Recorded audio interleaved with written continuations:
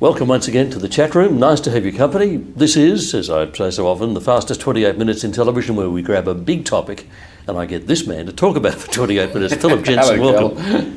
The topic is art. Yeah. And the way the arts community relates to the rest of the community. I presume what the artists are about is wanting to create or recreate something beautiful. I guess that's fundamental at the heart of it, although sometimes it may not be beautiful, it may be harsh that they want to create. That sometimes it's to hold up the horror of the world to us rather than something that's pretty beautiful, but it is to represent the world to us. Sometimes it's to challenge, sometimes it's to satirise. So there's a variety of things that would come under the arts. We'd be inclined to think of great works of art as being great works of beauty, great things of beauty, wouldn't we? Basically, yes. Yeah. So is what is beauty something we can know for certain, or is it all subjective? You know, is it what I think is beautiful and what you think is beautiful? The eye of the beholder. Yeah, that's No, right. I'm sure that it is objective because of God. That is, God has created the world as a beautiful place. He created the trees to be seen in their beauty in the Garden of Eden. And He's created us with minds that perceive His world in a certain framework. So, and there are little evidences of it. Surveys have shown that around the world people have an idea of the facial beauty as being symmetrical, which is why you and I are so good looking, of course.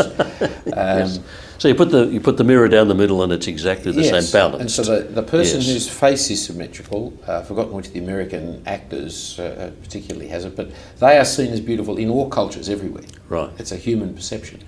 And likewise, connected to that is the Greek discovery of mathematical relationships in columns and the like, which have a certain inherent beauty for people without reference to their culture, their upbringing, their background. So, you know, the old nurture-nature debates are always a problem for us, but built into us is a sense of what is beautiful. So when we come around the corner in the bushwalk and we see a distant view and say that's beautiful, we're probably, apart from anything else, seeing some mathematical proportions which are exactly right. Yep, that's right, and which we would all see as beautiful, and some contrastings of colours and the like, which most people coming around that corner would say, wow, that's fantastic. And that kind of thing stimulates artists and they want to create it. I remember a writer saying once, one of the ways you can tell that human beings are made in the image of God is by saying, well, what is God? Well, whatever he is, he's a creator. Yes. So human beings have this urge to be creative. Yes, although there's a fundamental difference in our creation, of course. That is, God creates out of nothing, whereas we shape what is already there. We recreate. Now, he does that. In Genesis 1, the first couple of verses, he creates everything. Yes. But it's all chaos and without form or void. And the rest of Genesis 1 is a manufacturing, is a reshaping of it all, or shaping it for the first time. Tolkien said that he didn't like being called a creative writer because there's only one creator, that's God. Because only God can bring it out of nothing. In fact, he coined the expression, I think, subcreation. Yeah, that's a good way of saying it, isn't it? Yes. Yeah. And so we can do that. And we have that urge to us. It does mark us out from the animals. I mean, there's lots of things about us that are different to other animals, but creating things for beauty is very human.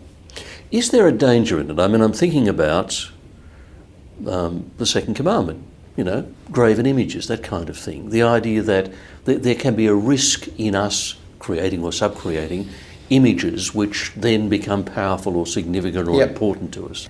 I mean, the arts are more than visual images. But take the visual images one. I mean, Shakespeare's part of the arts. And Music is part of the arts. Yes. But taking the visual one, yes, God warns us against idolatry for a variety of reasons. One is visual is very powerful. It's the most powerful sense that we have. In fact, it dominates our other senses. The deaf person hears better because they don't have our sight. Because we have sight, we don't develop our capacity for hearing. Swamps the rest. It swamps the rest. Yes. And so it's a very powerful medium is our sight. Secondly, when you try and present God visually, you always misrepresent God. Because God is powerful, artworks are not. God is speaking, artworks are dumb. God is moves, artworks stay still unless we move them. God, that is the fundamental things about God. God is personal, artworks are impersonal. God is a subject, artwork is always object. All the fundamental things about God, art can't do. Now, I don't know what you say about holographs, they can do all kinds of things, but Yes. art can't do what is God. And so they don't represent God, they misrepresent God. On the other hand, if you have picture books of the Bible and you don't have Jesus there as a human being, then you are misrepresenting Jesus because you're saying he's not part of the historical world. And so you have what is called a docetic Jesus, that Jesus wasn't fully human or really human, he just appeared to be. And to take it on the third hand, on the other hand, when you have Jesus presented in the picture books, people think that that's what he actually looked like, especially in Yes. children's books. You Yes. think, oh, I know what Jesus looked like. And Blonde and blue-eyed and things blonde like and that. blue-eyed, Yes. as every Jewish boy was in those days. One of the characteristics of the Bible is that Jesus' appearance is never described. And indeed, Isaiah chapter 52 warns us that there was nothing about him physically that was attractive. And so it misrepresents Jesus when we present him physically. On the other hand, not to present him misrepresents him, but always to represent God physically is always wrong. It's a bit of a dilemma representing Jesus. That there used to be a law in Britain that filmmakers, movie makers, could not depict on the screen either Jesus or the reigning monarch. I hope they could pick the difference between the two. And the result was they made some. I've seen some of the British films made back in those black and white days in which you saw the back of Jesus' head. Yes, so the shadow passed by. Yes. But you didn't see his face. But it's wrestling with that problem of he's a real person, but we don't know what he looked like. Yes. And there isn't a solution to that problem. There isn't a solution to that problem, but it's a problem of the children's Bibles, kind of. It's a children's educational problem, I think. Once you move into church and church buildings, then I think it's very dangerous to have representations of Jesus, and it's even worse to have representations of the divine. Well, that's presumably what the Ten Commandments are telling us. That's why we don't have graven images. We don't have idols in that sense. But there's still a place for us as human beings to be sub-creators and to make beautiful images which are powerful. Yes. And because they're powerful, they have an impact on people. Yes. So what responsibility does the artist have? Is the artist just there to make the most stunning, powerful poem or work of art or music or whatever? Or is the artist also responsible to think, how will this affect people? How will they respond? Well, there's a lot of spoken today about it being self-expression, the artists expressing themselves. I think from a Christian perspective, that's a great failure, really. The artist who is Christian would be looking to not express himself, but to enjoy God's creation, however he may do that. But even leaving that aside for a moment, the art that is self-expression needs never be shown to anybody. But as soon as you have an exhibition, Yes, yes. you are communicating. You're not just expressing. You're not just doing what you want to do. You're communicating to others. I mean, what we're doing at the moment is a visual art. Yes, in a sense, In a yes. sense. At a modest level. Very modest, but it's visual art, Yes. and it's trying to communicate. Now, great paintings communicate, and really great ones can communicate very powerfully. I remember seeing a Picasso of a woman he hated, in which it was presented in that cubist form, and as you stood watching for a while, or as I stood watching I could feel that he hated this woman. Yes. It was, I didn't like the piece of art myself, but I could personally feel the power. And he was communicating that to you. How he did it, I do not know. I remember a winner of the Archibald Prize talking about his portrait and saying he wanted people who saw the portrait to be told what was going on inside this person. Yes. So he saw it as something speaking to the viewers. And great portraiture, which I mean, of all the visual arts is the one I enjoy the most. It seems to me conveys that you're looking at a person, not an object. Now, I'm never sure how they do it, but No, the mind is ticking over inside the picture in some way. Somehow, yes, you clever. can see that the person is Yes. the person. Yeah, it's the holding of the head, the glint in the eye, the whatever it is. How they do it, that's why they're artists, that's why I'm not. Yeah. But that ability to communicate more than just a visual set of Yes. patches, it's very clever and very powerful.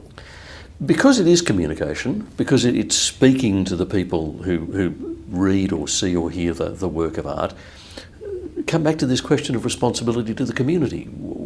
What does the artist have to think about the recipients? Well, all teachers should know that the important thing is not the message that's sent, but the message that's received. Right. And you tailor, I mean, I presume you do it in journalism, you tailor the message you're communicating in terms of the recipient. Now, you can never do it perfectly because you're not the recipient.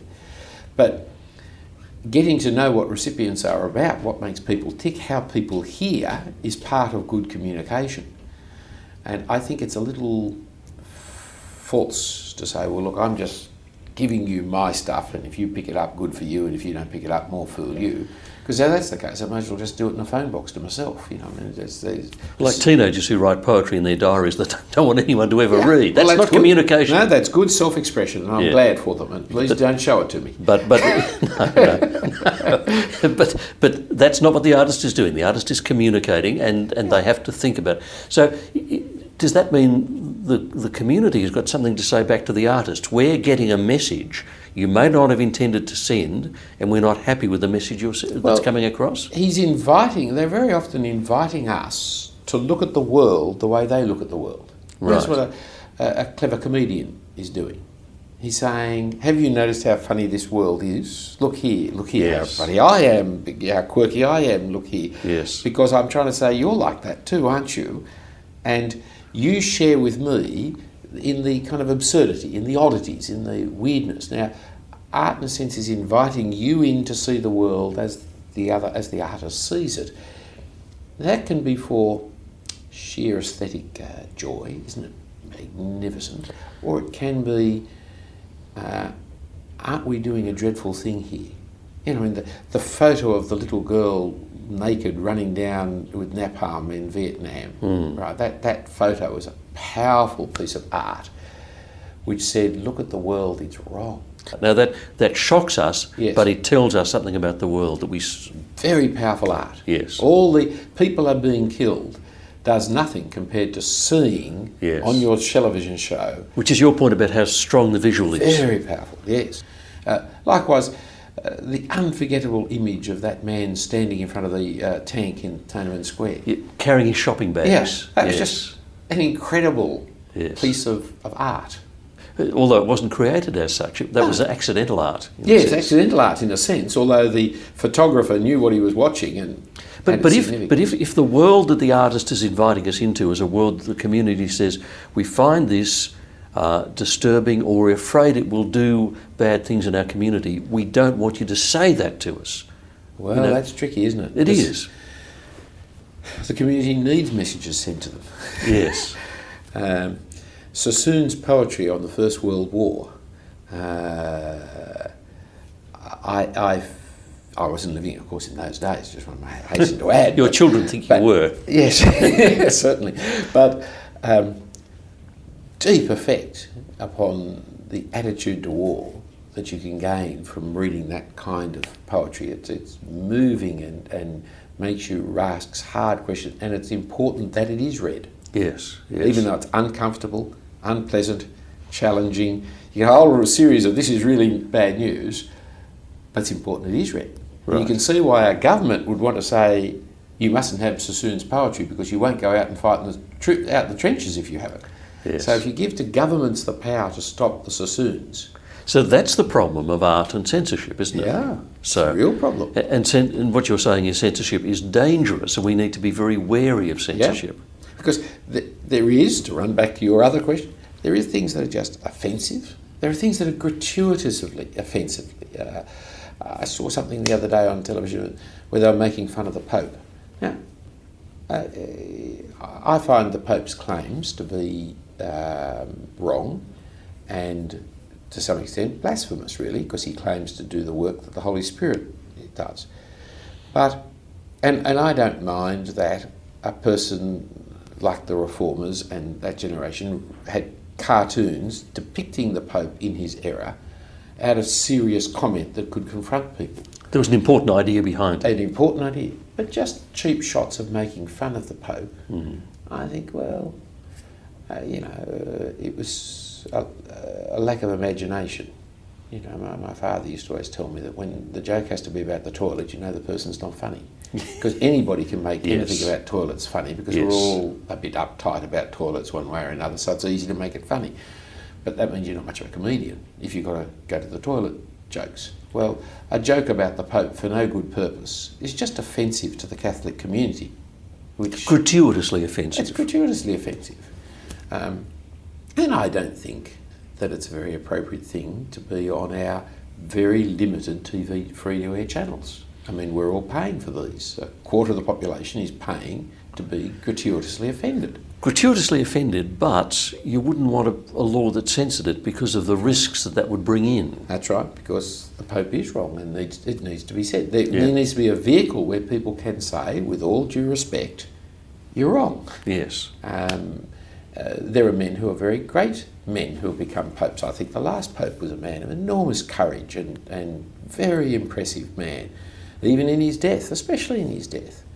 But I think the role he occupied was wrong. I think he was in error. Now, I should be able to say that somewhere and not have the government censor me. Yes, yes. On the other hand, the more people just are gratuitous or vilifying, yes, not having it as a reasonable discussion, it's the problem with the cartoons about Muhammad that the Danish put out. Now, I saw this morning that there were some bombs outside the Danish embassy in Pakistan.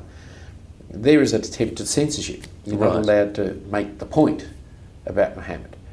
Well, maybe cartoons are the wrong vehicle to make the point, but someone somewhere needs to say that the kind of glamorisation of the life of Muhammad is not right. So when we try to work out what the balance is between art and censorship, and I mean, we do have some censorship in us, so we've got to be honest about it. There is censorship. Lots of censorship. That's what the law of defamation is. It's censorship. Yes. You know, so we live in a society which says you can't say anything. There are certain restrictions, certain limits. Right. And then the censorship about people planning terrorist plots. Yes. Well, one man's terrorist, another man's freedom fighter, but you can understand why a government is going to crack down on people who are plotting to blow up the government.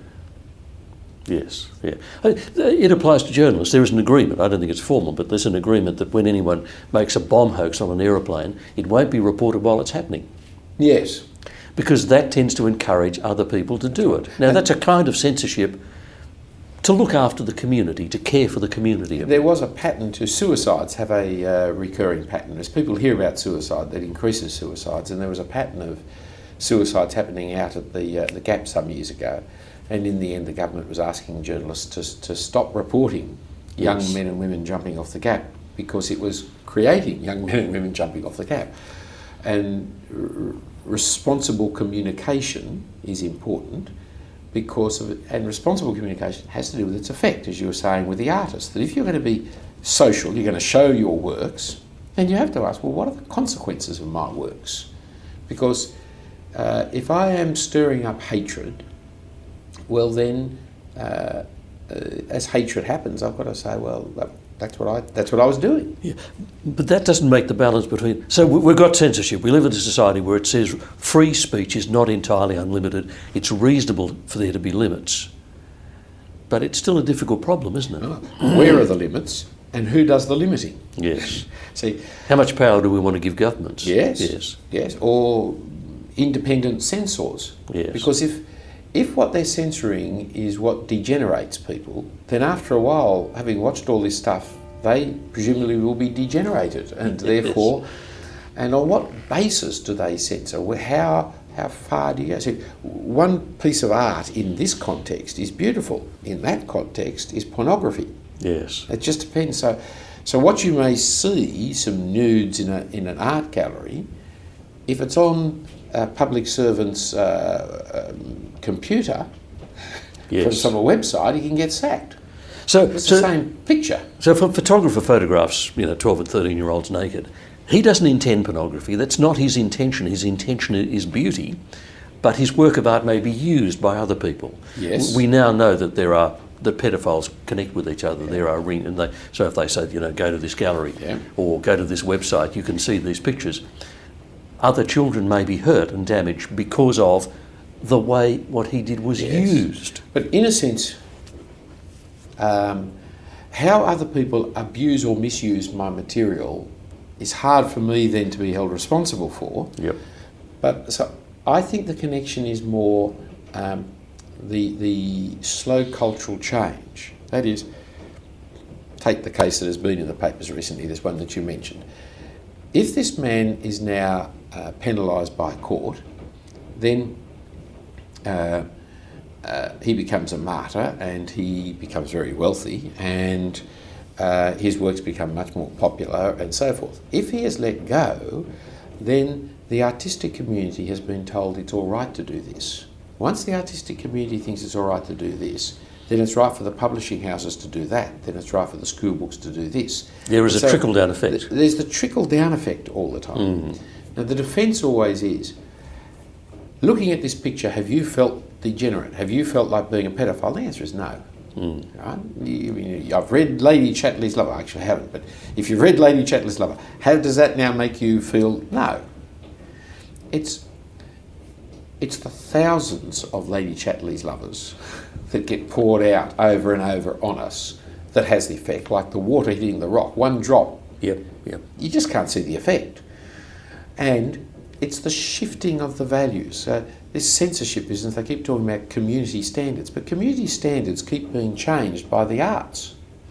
So where are the community standards? Who determines what they are to start with anyway, but where are they and how can they not be affected by the arts? That's the very reason for having the censorship, to stop community standards being affected. Yes. And so what in our father's generation would have considered pornography, it's in the newspapers every day of the week. Yes. If we told our parents grandparents in the 1950s what would be happening now, they would have said, no, that'll never happen. That's impossible. That's right. Yeah. But it's happening frequently. How did it happen? Well, because slowly. Yes, slowly, week in, week out, and by the massive amount of media that is out there. So the TV stations have to chew through 24 hours a day looking for material. In the end, it just keeps being pushed. So is there a biblical way to think about this problem? Is there a biblical way in which we as Christians can think about, pray about, talk about this problem of not wanting to give governments excessive censorship powers, but not wanting the arts to take the community on a downward slope? It's difficult, isn't it? Firstly, we've got to look after our own souls and hearts. And whereas in previous days the community had basic Christian standards, it meant that we could live comfortably not having to make decisions ourselves. That day is gone. For better and for worse, it's gone. So therefore, we now have to learn how to censor ourselves. And we need to teach our children how to do that. Because previously our children could go into a picture show and not see things we didn't want to be seen. But now it's not just whether it's got a rating G or M or something like that, it's what's in it. You always have to go and see things before you have your children seeing it. Whereas before you could leave the television set on, the children could watch whatever. Now you have to watch it with them. That's right. They say you've got to sit with the children and watch television with them so that you become the interpreter of the values on the screen. That's right. And teach them when to turn things off. Yes. And we don't watch this kind of thing. Yes. And that person is behaving badly, aren't they? Yes, that's right. And without driving our kids mad, because of there's no joy in watching anything. There's just super policemen sitting beside them all the time. The Christians get overreactive at times. Children have got a great capacity for picking fact from fantasy. In fact, they took off was that show where you talk about the most wanted in Australia? Australia's Most Wanted. Because it was too early in the evening, and children hated it because it was real life. So you can watch Mickey Mouse or whoever it is, or, you can watch Donald Duck bashing up, you can watch all kinds of cartoons doing really violent things. It has no effect on a child. Yes. But show them a real life story. And it's frightening. It's terrifying. Yeah. And so it's now on much later at night for that reason. So helping our own children, helping our own hearts and souls. One of the things is to do positive censorship, I say. That is, Philippians 4:8 says, whatsoever is beautiful, whatsoever is pure, whatsoever is excellent, think about these things. So rather than spending my time trying not to think about that, not to think about that, not to think about that, I should actually fill my mind to try and think of the things Read that a are good right book, and look at a good DVD. Yes. Right. And so go looking for the beautiful, Yes. looking for the wonderful, looking for the noble, looking for the things full of virtue. Okay. Interesting book that Americans produced a few years ago, the Book of Virtues, which is a series of stories and poems to read to your children, which are uplifting.